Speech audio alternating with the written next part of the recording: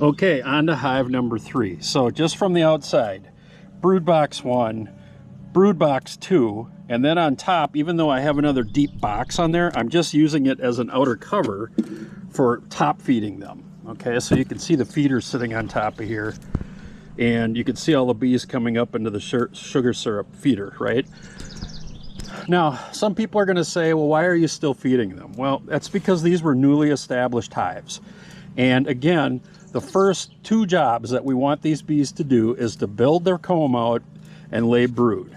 And I need them to have the extra, so they eat and they process this sugar syrup into different chemicals and compounds, one of which they help to use to make the beeswax that they build the comb out of. So that's why I'm still feeding them. And they're still feeding on it pretty heavily. Like, they will drain these 3 jars in a couple of days, and you can see from the top, like, there's quite a few bees because they're already up in here, and you'll see when I open this hive up how many bees are in here. This is a pretty good hive, and assuming I don't screw anything up and I say that because there's a million ways to screw up beekeeping, trust me.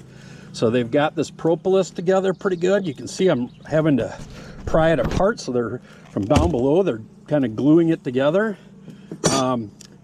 This hive is also one that I'm going to watch for, here, maybe for aggression. Just because once these bees start to get a hive that's got a lot of brood and things in it, and honey, they start to get a little bit more aggressive. So here's the top box. I put this on a couple of weeks ago. There was just 2 frames that were built out in the middle, and the rest were empty frames. And so their job was to come up in here and build these frames to the outside. Once these are filled, again, 75 to 80% of these frames are filled with comb, then I put the top, what's called a super box, on top of this box, and that's where they start to put the honey in that we would harvest today. So it'd be a 3rd box on top of that. So let's see if they're working on the comb. This outermost frame, they're just barely getting a start on it, but that's okay, right? Let's see about the second one in.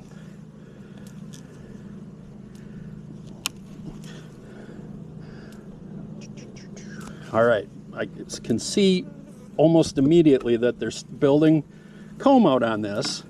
But one thing I got going on here, so this popped out very quickly. And this big piece of wonky kind of comb in here has what looks like a lot of drone cells in it. Like, this is all honey that they're building right here, this white honey. And then they're building some cells right here. And it looks mostly like drone cells, which are boy bees, which really, this time of the year, that's not that unusual. Problem is they don't really help with any sort of honey production or anything like that. They're basically there as the procreation element to a beehive. And they leave the hive to procreate with queens that are not part of their own family or inside their own hive. So that's why they exist. So that's time of the year is going on right now, where you have queen cells being built and swarming going on. So there are queens floating around in the space out here, needing to be bred so that they can, you know, obviously lay baby bees, drone, so, or excuse me, brood.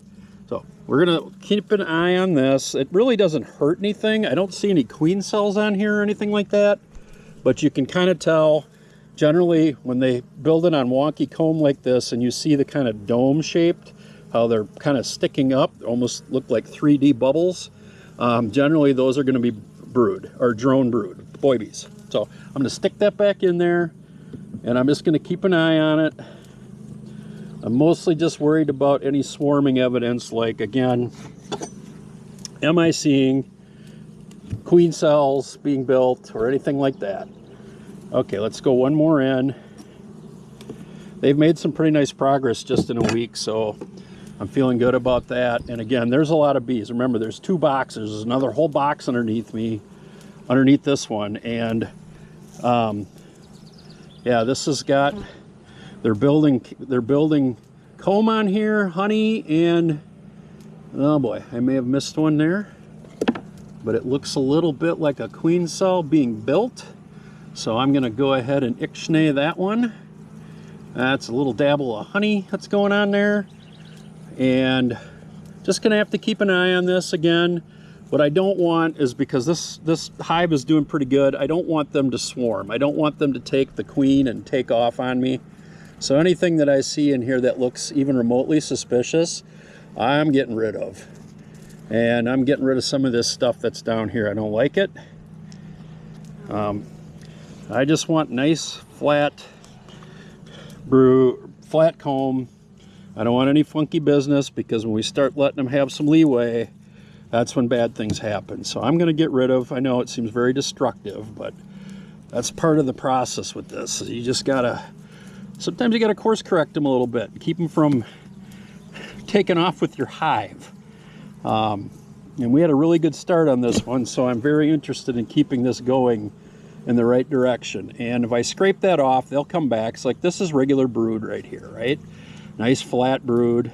So I'm not worried about that, but I'm getting rid of the funky stuff. I don't want it. A couple drone bees floating around here in my image.